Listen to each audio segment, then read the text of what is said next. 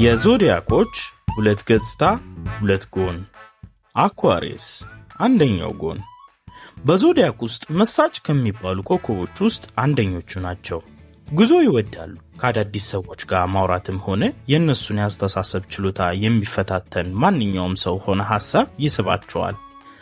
ከተመሰጡና ጥሩ ሙድ ላይ ከሆኑ ለብዙ ሰዓታትም ያለ ማቋረጥ ያወራሉ።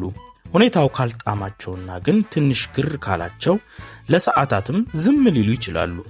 ብዙ አይነት ችሎታን ከብዙ አይነት ፍላጎት ጋር የተቸሩ ሰዎች ናቸው። ባለ ራዕይና ጎበዝ መሪዎችም ይወጣቸዋል። በተቻላቸው መጠን ሁሉንም ሰው እኩል ለማየት በእኩል መልኩ ለመመልከት የሚጥሩ ሰዎች ናቸው እና በሰዎች ብቸኝነት ውስጥም ጥራትን መመልከት የሚችሉ ሰዎች ናቸው። ትኩረት ማድረግ የሚችልና ችግር ፈቺም አእምሮ አላቸው። በአንድ ቦታ ዝግ ሆኖ መቀመጥ ሆነ መታሰር ግን ይጠላሉ። ለአኳሪየሶች አንድነት ማለት አንድ አይነት አስተሳሰብ ማራመድ ወር ደግሞ አንድ መምሰል አይደለም። ማንም የፈለገውን ማራመድ መሆን ይችላል። እነሱም ምንም እንዲገድባቸው አይፈልጉም። ድንቅ የሐሳብ እይታዎችን ሰዎች ላይ መፍጠር ይችላሉ። ሌላኛው ጎን ለብዙ ጊዜ ይጠፋሉ።